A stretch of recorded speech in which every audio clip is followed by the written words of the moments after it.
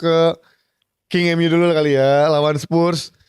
Tapi menurut gue lawan 10 pemain, King Kong. lawan 10 pemain nyata nggak segitu nyamannya dia untuk bisa mencetak gol lebih banyak ya. Baru menit 81 baru mencetak gol keduanya. Dan secara statistik pun Karena Spurs masih Spurs ada, parkir bis ya enggak? lumayan kemarin Gua nggak emang. nonton. Spurs tuh sempat ada peluang loh, 1 Iya, atau 2 cuman emang nunggu dia udah, emang defense total. Iyalah. Mau nggak Romero itu ampun dah bener-bener dah. Itu sih emang udah mutlak lah kartu merah dengan Ini tackle. pemain sering banget dapat kartu merah kan? Iya. Iya kasar.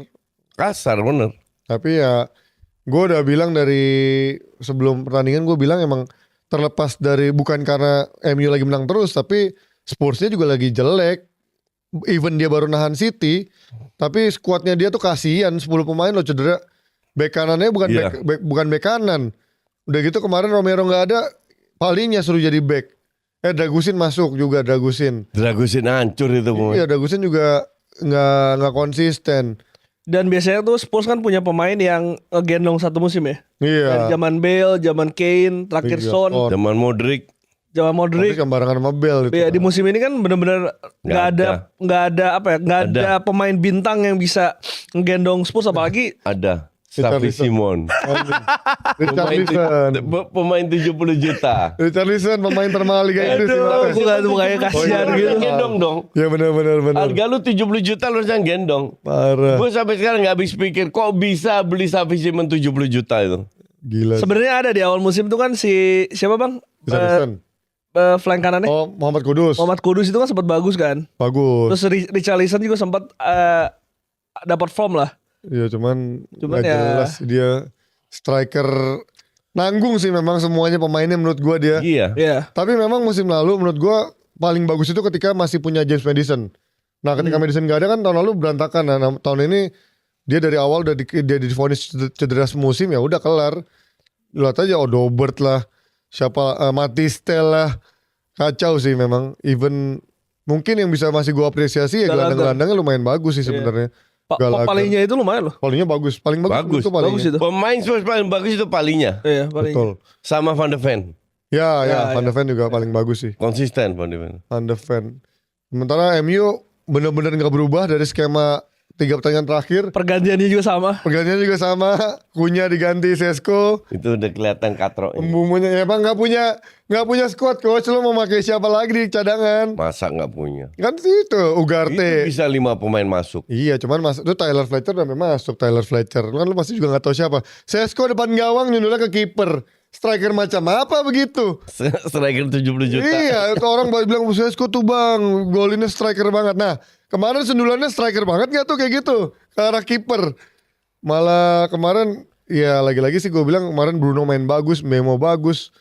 Maino sih, orang banyak yang tidak terlalu menyorot Maino di tengah gemerlapnya Casemiro, Bruno, Memo. Tapi kesabarannya Maino untuk bermain simple dan praktis tuh orang jarang melihat gitu. Jadi gimana coach lu ngeliat Maino sekarang transformasi dari yang kemarin dilulukan menjadi the next big thing di Inggris yang menjadi sesuatu, tapi nyata Itu sekarang lebay. nggak perlu gimana-gimana banget kan Iya, sebenarnya. karena setelah dia ribut atau dicadangin Iya, mesti Amorim. karena attitude, Pak Amorim udah menurun kan. Iya. Amorim dipecat, ibarat dapat kesempatan baru lagi Iya, untuk iya. perform. Dan surprisingly dia cukup smart untuk memanfaatkan kesempatan tersebut. Iya. Gak minta gaji gede lah, minta ini yang absurd gitu Iya. untuk pemain yang baru nongol. Jadi dia harus menunjukkan dulu lah. Kalau dia menunjukkan bagus, konsisten, solid bermain tiap minggu ada kontribusi, gaji itu akan naik sendiri. Iya. Ya asal juga jangan berlebihan juga ya kayak dulu. Iya. Dia kan mintanya udah naiknya Nah, cukup gede gitu kan. Itu yang berlebihan. Lu belum nunjukin apa-apa kok. Gimana Gden, lo sebagai di luar fans luar melihat Maino gimana? Overrated nggak nih pemain? Maino sih gua rasa kalau di lini tengah MU yang terlihat Casemiro ya yang lebih bersinar gitu bang. Cuman gua mau highlight sebetulnya ini masalah ruang ganti sih yang bisa dipegang oleh Carrick. Kelihatan dari 4-5 match terakhir kolektif banget mainnya sebagai tim. Semuanya bagus dan lu juga nggak bisa meremehkan Martinez dan juga Maguire Iya, yang bagus. begitu konsisten. Ini kan 5 pertandingan mereka bermain sangat baik, clean sheet juga. Bahkan Lemons lu tahu berapa kali Save-nya. save-nya Bagus sih. jadi mainnya benar-benar konsisten gitu. Bahkan even Dalot juga Iya, nggak ada kesalahan-kesalahan gak ada tolol kesalahan kecil ya. kayak biasanya gitu. Jadi betul-betul satu timnya memang lagi perform sih. Dan ini menurut gue memang faktor Carrick yang akhirnya bisa ngangkat mental tim bisa bermain sebaik ini sih Bang. Iya, itu yang menjadi PR. Gue lebih takut ya itu ketika skema ini berubah, apakah bisa memainkan dengan skema yang sama gitu. Paling ya tadi kan orang ganti orangnya tuh sama gitu. Kunya diganti Sesko, tinggal Memo geser kemana. Jadi ketika nanti kayak Ugarte main, Zirkzee main tuh nggak dapet skemanya. Nah musim depan tuh gue pengen tahu Carrick akankah beli pemainnya cukup banyak atau kayak masa depannya Rashford kan masih ditanyain ya. Menurut lo bakal balik nggak Rashford ke MU? Enggak. Enggak, akan stay di 30 Barcelona. juta udah dibeli, pasti dibeli lah. Emang duitnya ada. Ada kok 30 gila. Gajinya cukup buat gaji.